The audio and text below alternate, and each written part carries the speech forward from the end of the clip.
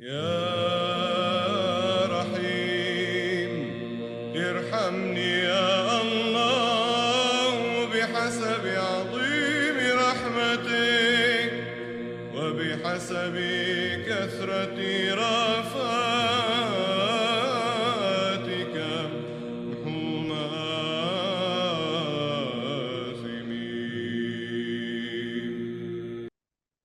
Bismillah, Polibni Warhil Kudus, Nahul Wahid. Amin. Shalom teman-teman. Ya sudah lama tidak bikin video, ini sekarang bikin lagi. Nah, berapa kemarin banget aku ngeliat ada video Don Ditan, dia dalam YouTube-nya Deddy Sumargo bersama dengan youtuber Pak Dede. Dia diskusi banyak hal. Memang dari perkataan Don Ditan sangat intensinya menyerang Kristen sekali, oke.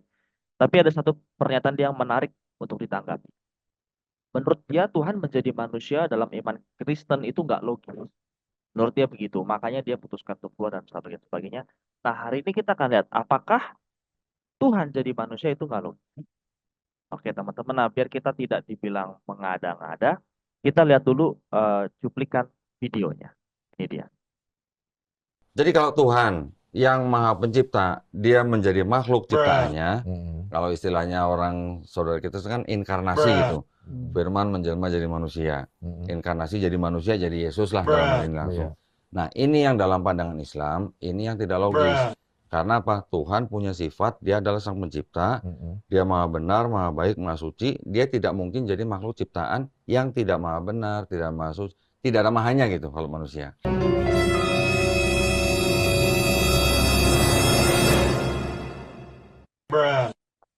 Oke. Nah, itu tadi argumennya dia. Kita udah lihat ini potongannya lengkap. Satu argumennya nggak akan kita potong. Nah, kalau kita lihat kembali dia bilang, Tuhan Maha Kuasa tidak mungkin jadi makhluk yang terbatas, jadi manusia yang tidak ada mahanya. Itu kan menurut dia. Dan itu dia merasa dia meletakkan itu kepada iman Kristen. Jadi dia mengatakan bahwa oh iman Kristen mempercayai Tuhan yang tidak maha kuasa, Tuhan yang maha kuasa jadi manusia. Itu nggak mungkin menurut dia. Jadi dia mengatakan iman Kristen percaya Tuhan yang maha kuasa jadi manusia yang terbatas. Jadi dia kehilangan keterbatasan. Itu kontradiksi menurut dia. Oke. Nah, sekarang kita lihat. Betulkah begitu, Kokoh Dodi? Nah, sebelum kita lihat betulkah begitu, kita akan lihat tiga hal di sini, teman-teman. Yang pertama adalah apa pengertian Tuhan menjadi manusia atau inkarnasi, disebut inkarnasi tadi kan. Apa pengertian kita sebagai orang Kristen tentang inkarnasi? Sama nggak dengan yang dia pahami? Itu yang pertama. Yang kedua kita akan lihat apa yang terjadi saat inkarnasi. Nah, yang ketiga kita akan bahas apakah logis. Nah, oke. Nah, kita akan mulai dari yang pertama. Apa itu inkarnasi? Inkarnasi itu asal katanya dari bahasa Latin. Kita bisa temukan dalam Biblia Sacra Vulgata, contohnya dalam 1 Timotius 3 ayat yang ke-16. Et manifeste magnum est piestatis sacramentum quod manifestatum est in carne. Jadi dikatakan dan sesungguhnya agunglah rahasia ibadah kita, dia telah menyatakan dirinya dalam rupa manusia. Jadi inkarne itu yang akar kata inkarnasi adalah dalam rupa manusia. Itu dari bahasa Latin. Kita temukan juga kata yang serupa dalam Yohanes 1:14 dalam Biblia Sacra Vulgata, et verbum caro factum est. Dan firman telah menjadi manusia. Jadi inkarnasi itu adalah firman yang menjadi manusia. Kalau kita dalam bahasa Yunani-nya di sebelah kanan, kaihologos sar egeneto. Jadi ini adalah doktrin yang dipercaya oleh orang Kristen dan itu ada dalam Alkitab. Oke ya, ini yang pertama. Jadi asal katanya dulu. Nah, terus kita lihat. Jadi pengertian inkarnasinya adalah firman Allah yang menjadi manusia. Firman Allah adalah Allah, betul. Makanya Allah dibilang jadi manusia, betul. Tapi kalau pengertiannya Allah yang maha-maha itu semuanya blek turun jadi manusia, itu bukan sesuatu yang kita percayain. Ya, jadi kita adalah sedikit perbedaan nih antara apa yang Don Ditan maksud dan yang kita percaya. Yang kita percaya adalah sang firman, firman Allah, sang logos yang menjadi manusia. Nah, kita bisa lihat lebih lengkap dalam, misal aku kutip dari Westminster Dictionary of Theology, tulisan Donald Kay. Incarnation atau inkarnasi dalam bahasa Latinnya incarno, dia adalah doktrin bahwa the eternal second person of Trinity, pribadi kedua Allah Tritunggal yang kekal, menjadi manusia dalam Yesus Kristus, ya, dan dia diangkat, daging-dagingnya diangkat. Dan dikatakan Yesus Kristus adalah firman yang menjadi manusia. Doktrin ini mengatakan bahwa Yesus Kristus dia keilahiannya satu dengan kemanusiaannya ada dalam satu pribadinya. Jadi dia divine person with both divine and human nature. Jadi dia adalah pribadi ilahi dengan kemanusiaan dan keilahian. Nah, lebih lanjut kalau kita bisa buka yang lain, dalam Dictionary of Jewish Christian Relations tahun 2005 halaman 206 dikatakan incarnational Christology see Jesus as incarnate atau at flesh word of God. Jadi inkarnasi dalam melihat Yesus Kristus sebagai firman Allah yang menjadi daging. Jadi pengertiannya adalah pengertian inkarnasinya kita, firman Allah yang menjadi daging. Betul firman Allah adalah Allah, tapi kalau kamu menganggapnya bahwa Allah yang maha mutlak semuanya turun jadi manusia di surga kosong, itu keliru. Itu keliru. Jadi kita harus lihat dari poin pertamanya dia sudah melakukan kesalahan. Ya, itu dia tidak mempicture iman Kristen secara benar. Ya, oke. Berikutnya, apa yang terjadi saat inkarnasi? Nah, kita lihat. Misalnya dalam Filipi 2 ayat 5 sampai 8. Kita baca biru-biru aja biar lebih cepat. Yang walaupun dalam rupa Allah tidak menganggap kesetaraan dengan Allah sebagai milik yang harus dipertahankan, melainkan telah mengosongkan dirinya sendiri dan mengambil rupa seorang hamba dan menjadi sama dengan manusia. Dan dalam keadaan sebagai manusia, ia merendahkan dirinya dan taat sampai mati, bahkan mati di kayu salib. Nah, kita sudah lihat di sini. Jadi apa yang terjadi saat inkarnasi? Allah, Yesus, Sang Firman Allah, dikatakan itu tidak menganggap kesetaraan dengan Allah itu sebagai milik yang harus dipertahankan. Berarti Sang Firman itu setara dengan Sang Firman itu setara dengan Allah. Jadi, tapi Sang Firman itu mengosongkan dirinya, mengambil rupa seorang hamba. Ini yang disebut inkarnasi. Jadi ini kita lihat ini nggak lepas dari doktrin Allah Tritunggal punya orang Kristen jelas. Tapi kalau kita lihat di sini adalah Firman Allah yang menjadi manusia. Oke. Lalu apa yang terjadi? Dalam tulisannya Pope Sinoda, ini Paus Gereja Ortodoks Koptik, ini Paus yang sebelumnya, sekarang Paus Tawadros, sebelumnya Paus Sinoda, dia sudah meninggal. Dia katakan begini, Tuhan Yesus Kristus adalah Allah sendiri, betul, Sang Firman Allah yang adalah Allah.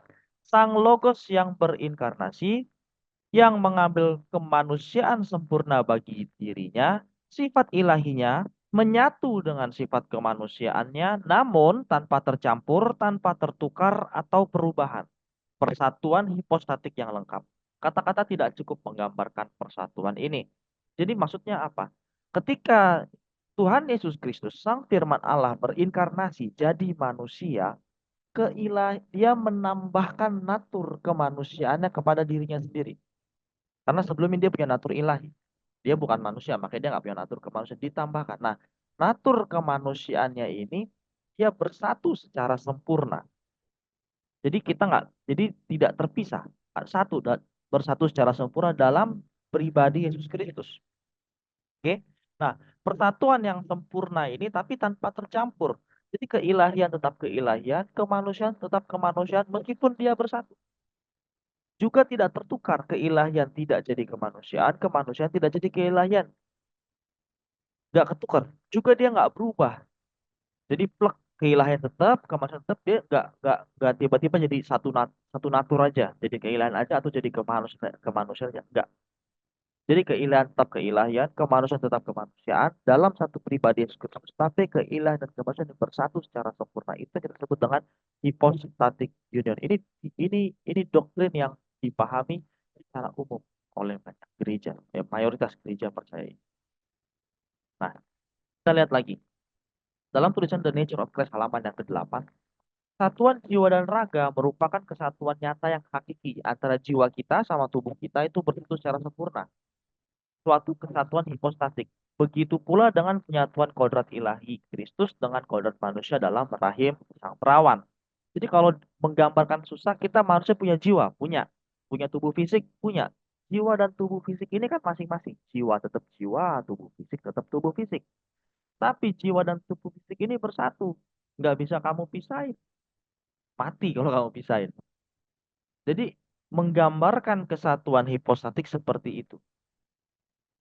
Nah, ada juga yang menggambarkan seperti lihat teman-teman di sebelah kiri, di sebelah kanan, itu ada besi yang dipanasin. Besi panas banget. Nah, ini lihat.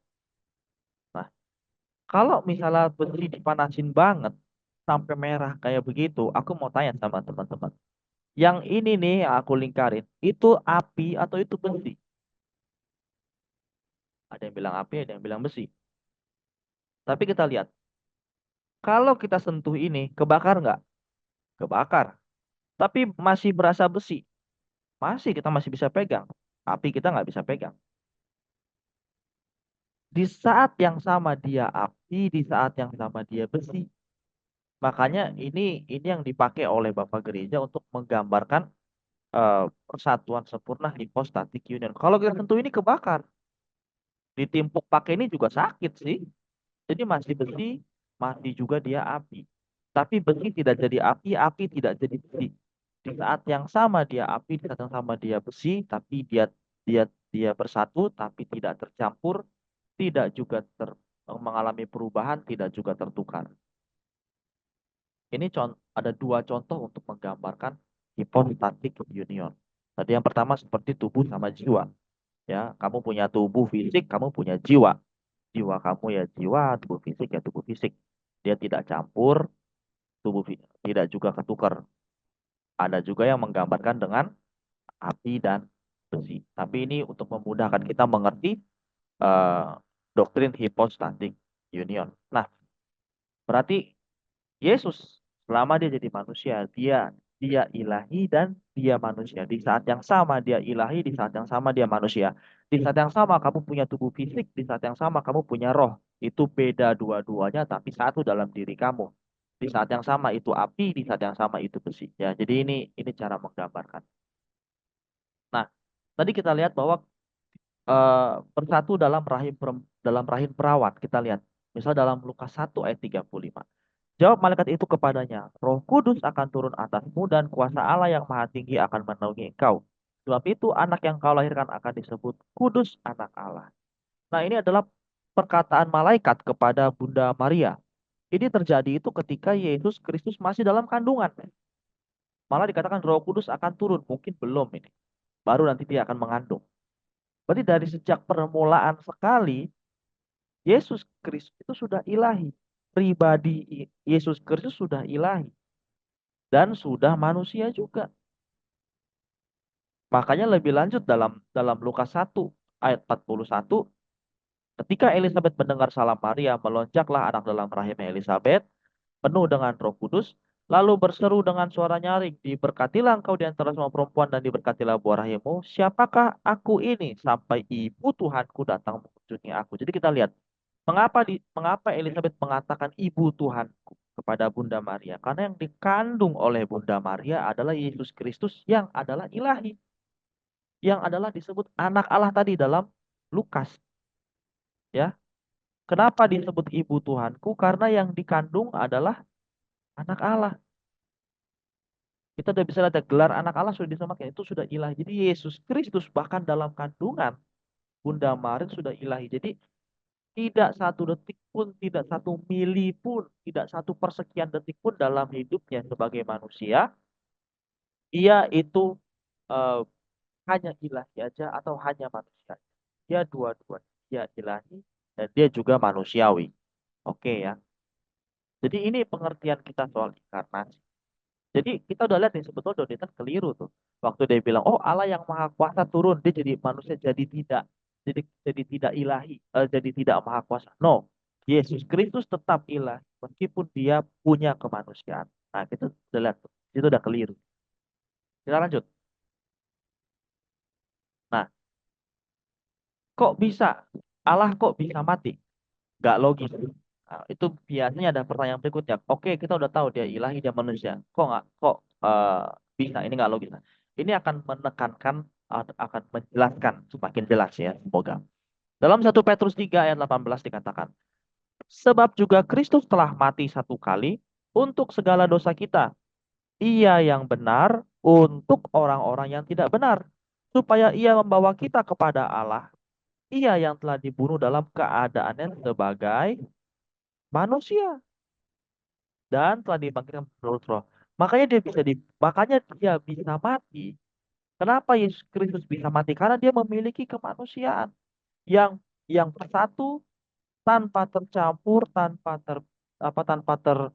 tertukar, tanpa mengalami perubahan. Keilahian tetap keilahian, kemanusiaan tetap kemanusiaan. Jadi kemanusiaan bisa mati meskipun dia ada keilahian. Tangkap nggak? Kalau Yesus ketemu keilahian aja tok, seperti yang Don Dintan katakan, oh dia keilahian tok jadi manusia, atau dia keilahian berubah jadi manusia, seperti yang Don Dintan bilang, Allah yang maha berubah jadi manusia yang sangat terbatas. Nah itu bukan yang iman percayain. Dia punya keilahian, dia punya juga kemanusiaan. Makanya dia bisa dibunuh dalam keadaannya sebagai manusia. Logis, logis malah masuk. Logis, Pak. Logis ya kok. Justru karena hypostatic union. Justru karena dia punya keilahian dan kemanusiaan di saat yang sama. Kalau dia tok kemanusiaan aja, itu nggak logis. Kalau dia tok keilahian aja, itu juga nggak logis. Kalau dia keilahian aja, nggak mungkin dia bisa mati. Kalau dia kemanusiaan aja, nggak logis Allah yang maha-maha jadi manusia. Oke, kita ikutin permen. Tapi kedua itu bukan yang orang Kristen percayai. Dia punya keilahian, dia punya kemanusiaan. Makanya wajar, masuk akal. Nah, ini juga lanjut. Kok Allah bisa mati? Gak logis. Nah, kalau kita lihat dalam doktrin kekristenan, kita punya namanya doktrin Allah Trinitas. Satu esensi, tiga pribadi. Bapa, Putra, dan Roh Kudus. Tapi kalau hypostatic union itu terbalik. Satu pribadi, dua esensinya. Kok bisa kayak gitu? Bisa, tenang. Apa aja bisa kita. Nah, satu esensi, satu pribadi ini, kita lihat ini aku lingkarin. Nah, ini sama nih. Ya kan? Di sini esensi ilahi, di sini esensi ilahi, di sini kemanusiaan, ini pribadi, ini pribadi. Nah, dalam dalam hypostatic union, Yesus Kristus menambahkan natur manusianya.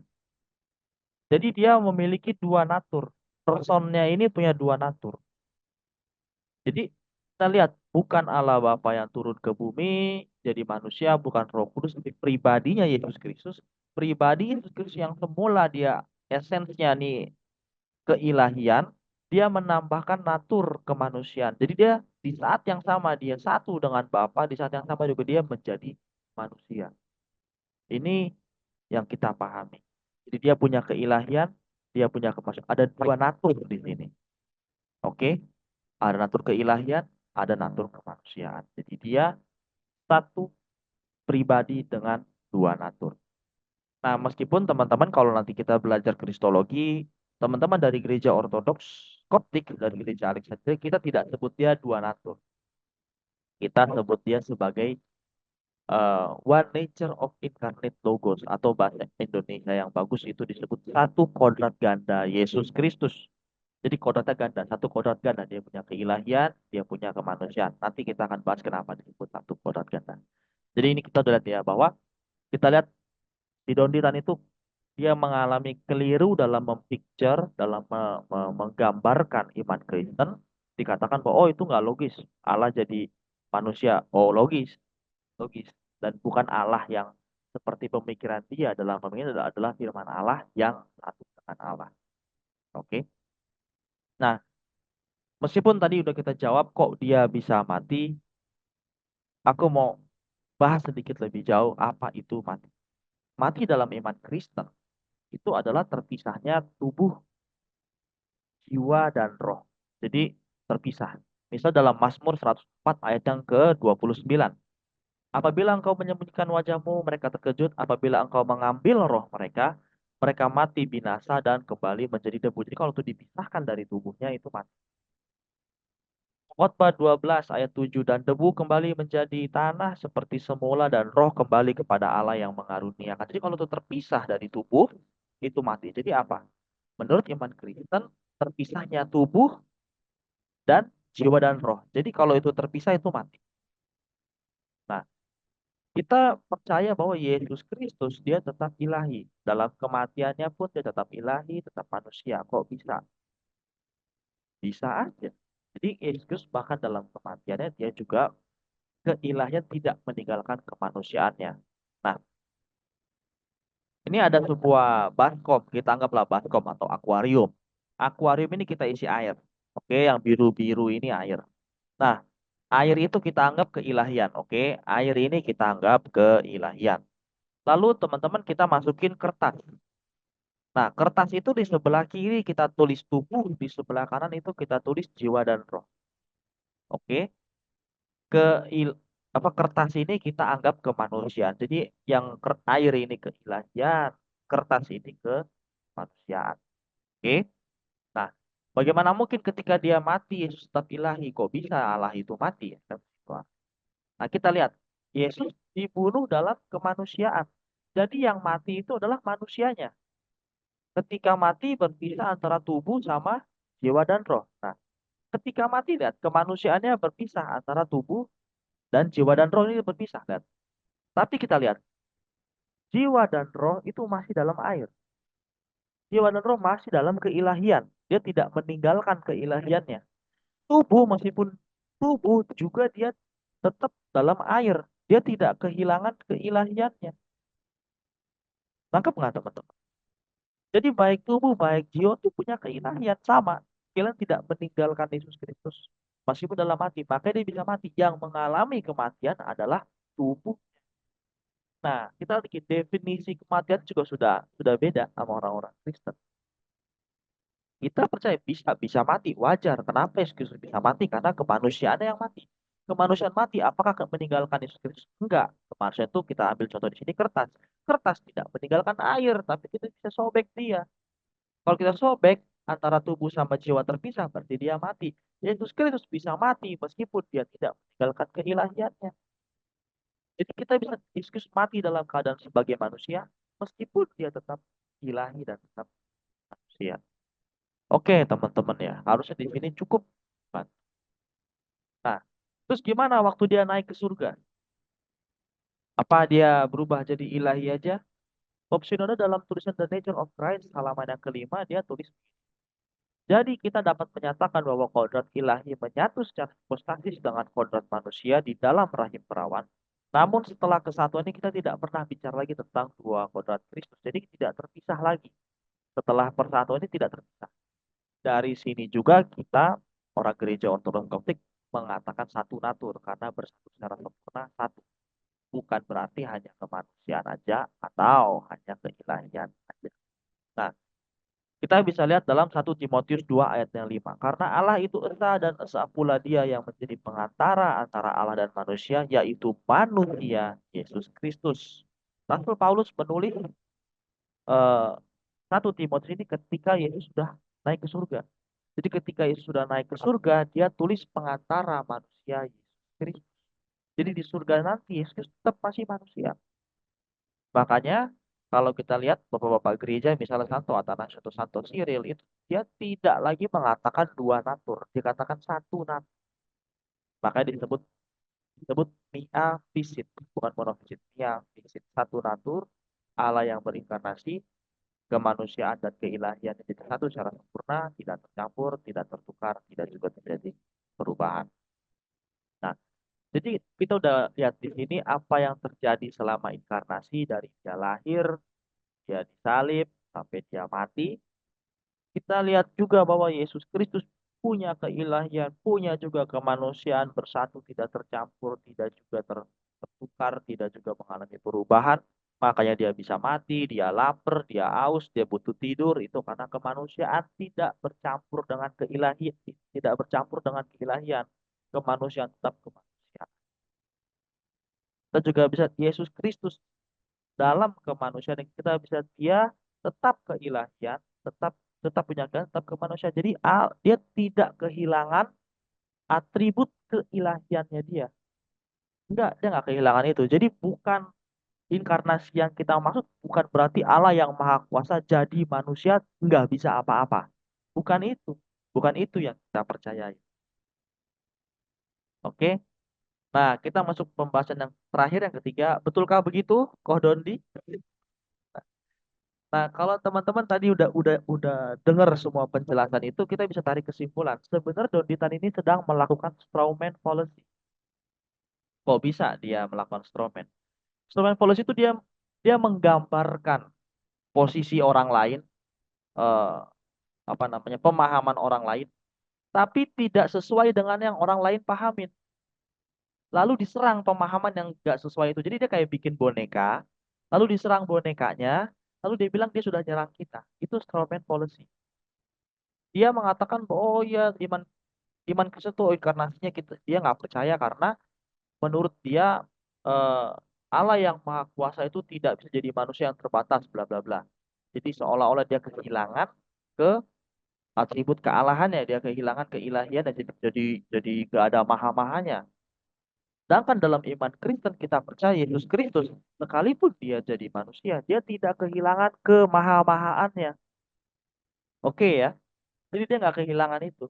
Nah, kalau Donditan meletakkan itu kepada orang Kristen, dia melakukan kesalahan logika yang disebut Roman fallacy. Nah, kalau dalam dalam dalam apa namanya, prinsip logika, ilmu logika, ilmu diskusi, debat dan sebagainya, gitu gitulah yang kita pakai logika. Argumen yang mengandung fallacy, mengandung kesesatan itu gak valid. Kelihatannya aja benar. Jadi dia selama selama tadi berapa menit itu dia gak jelas ngoceh apa, gitu doang. Jadi dia tidak mempicture dengan benar, dia ngoceh doang. Itu dia melakukan strawman fallacy. Dia tidak, jadi argumennya keliru. Nah, untuk pertanyaan yang salah, kita tidak pernah bisa berikan jawaban yang benar. Pertanyaannya keliru, harus diperbaiki. Tanyanya yang benar. Nah, berikutnya, selain dia mengandung strawman fallacy, dia juga punya dikotomi palsu. Wah, apalagi nih? Nah, justru ditentu setidaknya dia melakukan dua kesalahan logika di saat yang sama. Dikotomi palsu tuh jadi gini, kalau nggak A ya B, titik.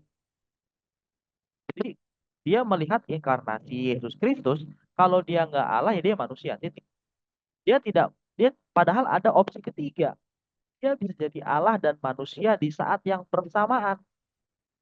Dia ilahi, dia manusiawi, dia Allah sejati, manusia sejati. 100%, ada yang bilang pakai persen. Aku lebih suka. Dia serentak ilahi, serentak juga insani. Di saat yang sama dia manusia, di saat yang sama dia divine, dia ilahi. Jadi dikotomi palsu itu membatasi pilihan. Kalau nggak A ya B. Padahal masih bisa C. Masih bisa kedua-duanya. Jadi kita lihat dari tadi Donditan itu sebelum banyak dalam podcastnya dia melakukan banyak sekali kesalahan. Nah, kita udah lihat di ini, kita sudah jelasin dalam menurut pandangan Kristen, kita udah jelasin juga eh, definisi yang kita percayai, kita juga udah menjelaskan sesat pikir yang diidap atau yang menjangkiti tokoh Donditan. Nah, semoga ini bisa jadi pelajaran buat teman-teman, kita bisa aware, kita juga bisa belajar supaya kita semakin pintar. Dan iman Kristen itu sangat firm, sangat jelas, sangat kuat, sangat sound sekali. Oke, kalau Malehem, Besen Hamasya, Tuhan Yesus memberkati. Boleh di like, subscribe, and share. See you, God bless you.